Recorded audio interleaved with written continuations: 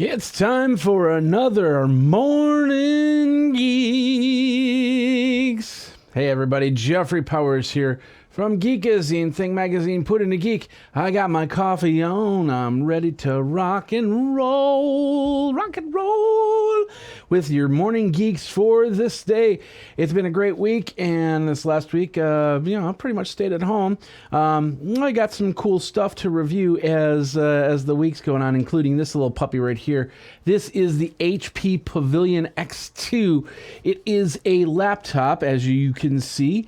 It is a tablet, as you now can see, and I can snap it back on. I can table tent this as well, so I can set this up. I can set this up on the side and have Windows running and do several things like I could call up Facebook or anything like that.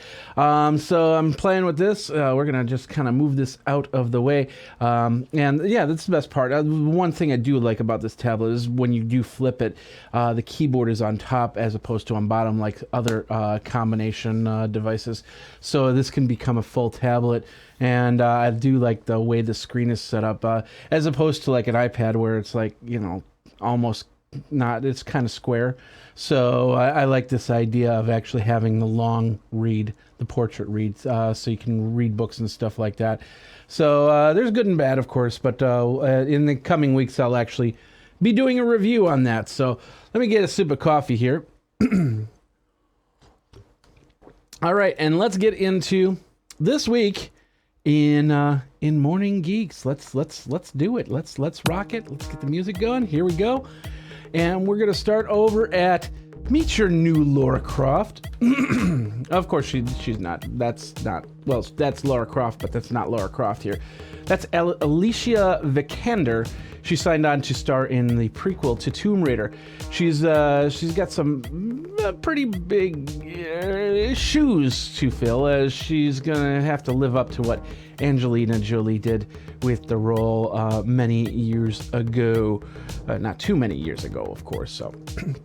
Nintendo announced the new Nintendo NX game console. System will be different than the last two consoles. Now, if they mean that people actually will want to buy it, then yeah, it's definitely going to be different there.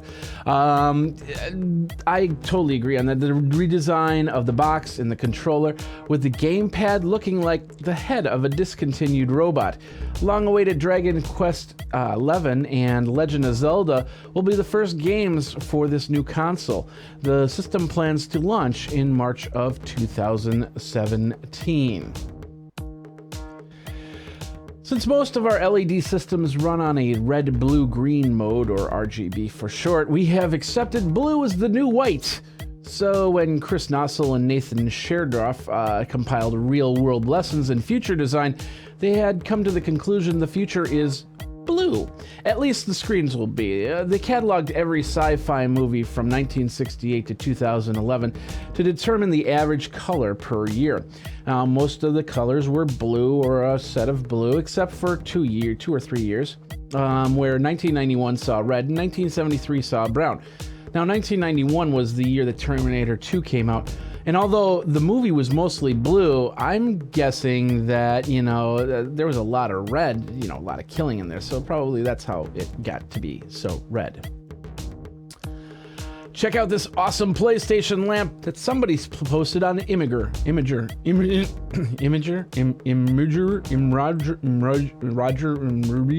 Anyway, that's a cool lamp, isn't it?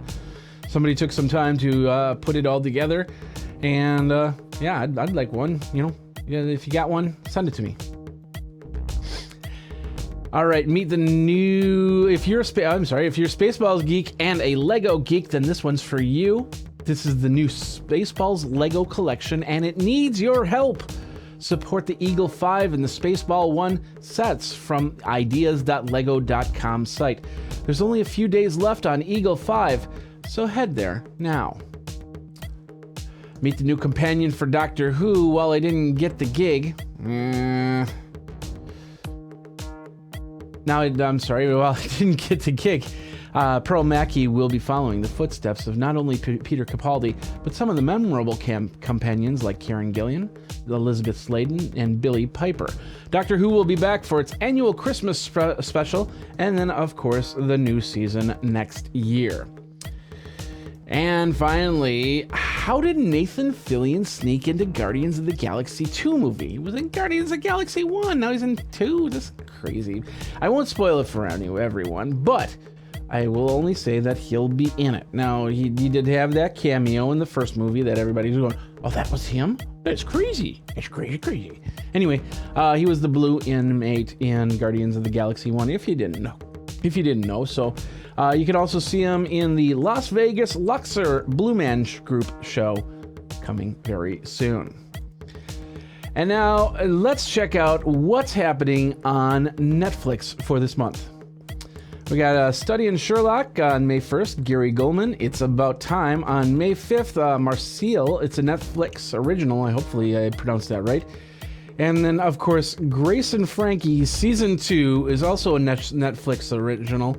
And it's got some pretty heavy hitters in there. And that's what's coming, original stuff for Netflix. Nothing for Amazon or Hulu that I found. So if you know different, let me know. It's gonna be okay. You're right, Clarence. I want you to meet Keanu. What's coming out this week? How about a cute cat and Keanu on New to This Week, starring Jordan Peele, Keegan-Michael Kay. It's a story about how Keanu is taken and the two go on a White Castle or Dude, Where's My Car? Search for the feline. This rated R movie is getting 81% from Rotten Tomatoes.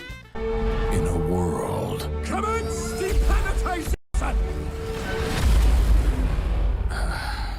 In another world. Our galaxy is in a state of crisis. Captain Quark? The Galactic Rangers are looking for a new recruit. A man with a dream. Actually, I'm a Lombax. Fine, a Lombax with a dream. The platform video game Ratchet Clank get a movie release this week, starring Bella Thorne, Sylvester Stallone, John Goodman, and James Arnold Taylor.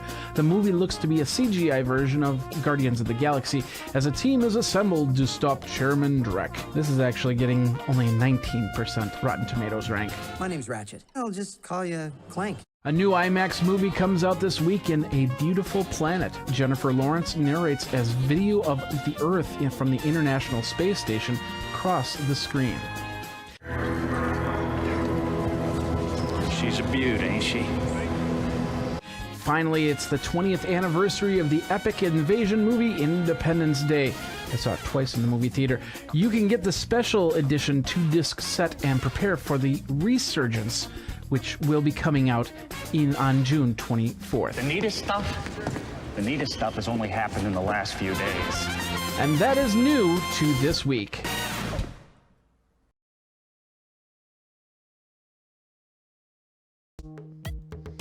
All right, let's continue on here. Could there be an Iron Man 4 soon? Well, could Robert Downey Jr. be playing him again? Well, that's what he's saying. In March, he actually said there wasn't going to be another Iron Man movie, but during ABC's Nightline, it wasn't. He said it wasn't entirely off the table. Doesn't mean that it's going to happen, just not entirely off the table. You know, my food's not entirely off the table, then I eat it. That's how that works. So, who could really replace Robert Downey Jr. as Iron Man anyway? Could we accept a Zac Efron for that? Could we accept a Jonah Hill for that? Maybe a Shia LaBeouf? You know, he'd probably be more better as the Hulk than anything, or I don't know, maybe some crazy person. Oh, he is some crazy person. That's right. Okay, let's move on here. Check out this new Beetle, who they now named Chewbacca. The new type of Weevel beetle is not 7 foot tall, but maybe it sounds like him. Let's see. Yeah, I don't know. Actually, they named it because of the scales, which they said look like Chewbacca. Now, let's take a look at that. I think they really need to get their vision checked there, because I don't think that does look like that. So, finally, where are we? There we are. Finally, would you want this pinball machine coffee table? It's a pinball machine. It's a coffee table. It's a Star Trek shuttlecraft. The table took 390 hours to make and features meteorites with names I couldn't pronounce even if I had them shoved in my mouth. Of course, this Geek wet dream will cost you $15,000 to be exact. So if you want to buy this for me, you know, you could, it's because I was doing a great job on Morning Geeks. Hey, my address can be found over at Geekazine.com.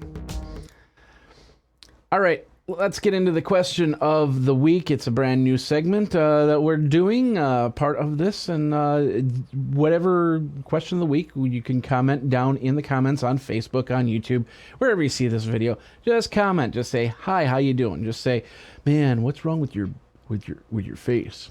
With your face?" I don't know. Anyway, question of the week, and it comes from this story right here. Crystal McGee thought it would be a good idea to make her Mercedes-Benz go over 100 miles per hour. Why? Because Snapchat filter gave her points when taking a picture at high speeds. She was driving and hit another car. The driver of a car, Wentworth Maynard, who was a Uber driver, suffered damage, brain damage from the accident. Now, Maynard is suing Snapchat and McGee for damages and loss. Yes, Snapchat, whereas most programs are not really responsible for actions from the users, the app created a challenge, which McGee ended up taking. I'm calling this social media peer pressure, and it's very similar to regular peer pressure because, you know, people out there are waiting for you to find the next latest, greatest thing to do, and they really don't care about how your what you put at risk or anything like that. Now, how many likes and comments can you get for doing something that will let you decide to put yourself in danger? Social media pressure, peer pressure, or social media pressure is no different than peer pressure. That's why some people have poured ice buckets over their heads or risked their lives by taking tablespoons of cinnamon or planking on moving items or in between buildings, or even mixed salt and ice together, holding it together because that could cause a frostbite. Now, feel free to comment below, but should Snapchat be held accountable for this action, for doing this, for putting out this app? And where's the sense of, you know, responsibility, saying, you know, somebody on the group should have said, you know, that's probably not a good idea. Yeah, I think somebody's going to get in trouble with that. I think we're going to have some problems here. So I don't think that's a good idea. Let me know, like I said, comment down below. Feel free to Twitter me over at Geekazine with this question of Snapchat. Of course, Facebook Live, the comments are down there. Feel free to like. Feel free to, well, just like. Just do it. Just do it. And go from there. My name is Jeffrey Powers, and that is another episode of Morning Geeks. Short show. It's a great show, you know, about 14, 15 minutes. If you've got news articles that I should be posting on Morning Geeks, let me know by tweeting me over at Geekazine, Think Magazine, Put in a Geek, or Geekazine at gmail.com. Of course, Geekazine.com. You can go to, that's where it is, Geekazine.com. So I got to drink some more coffee. We got to get going. Thanks a lot for watching. This has been another episode of Morning Geeks. We'll be back next Friday. Same bat time, same geek channel. It's not a bat channel. It's a geek channel. That's how that works. Take care.